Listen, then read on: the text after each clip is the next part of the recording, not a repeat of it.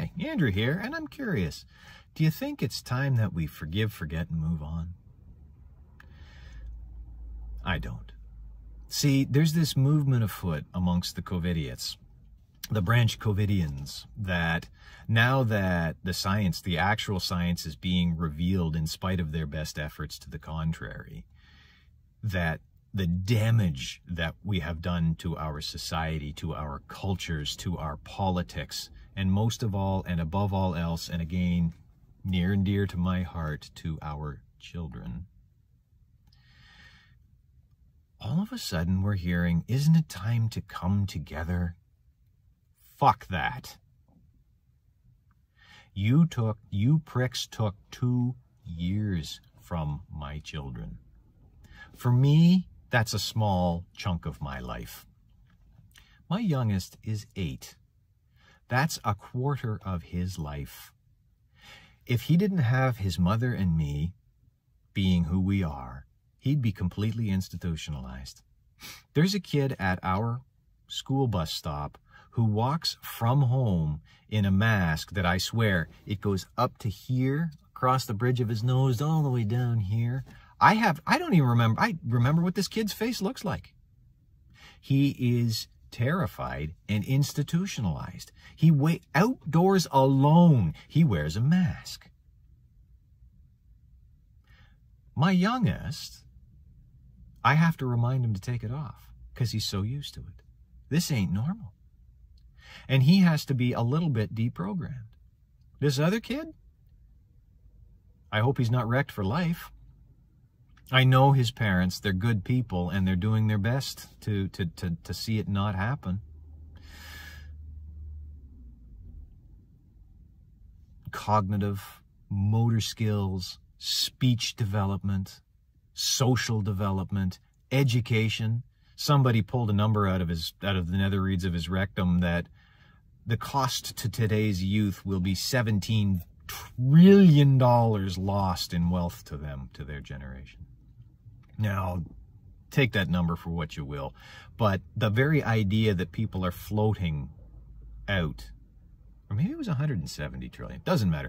People are floating ridiculously made up numbers to point out the severe damage that we've done, that our moral superiors have done, while partying like Boris Johnson, because they wanted us to be afraid of COVID.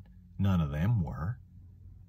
How many pictures have you seen of our cultural, political, whatever elites partying unmasked, while the plebs serving them had to be masked? Our lords and masters weren't afraid of COVID, but they sure as shit wanted us to be afraid of it.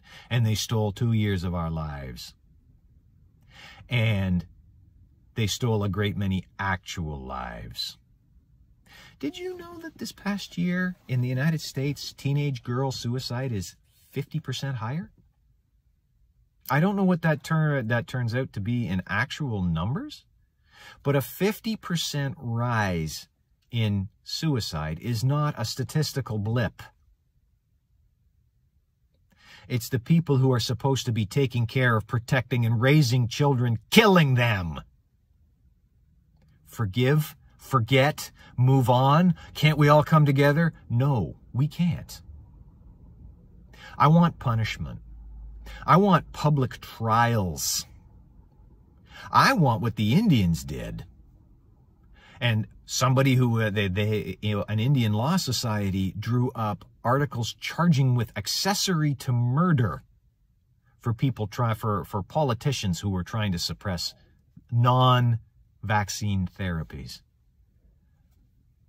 I want to see orange jumpsuits. I want to see prison sentences. I will never forgive. I will never forget.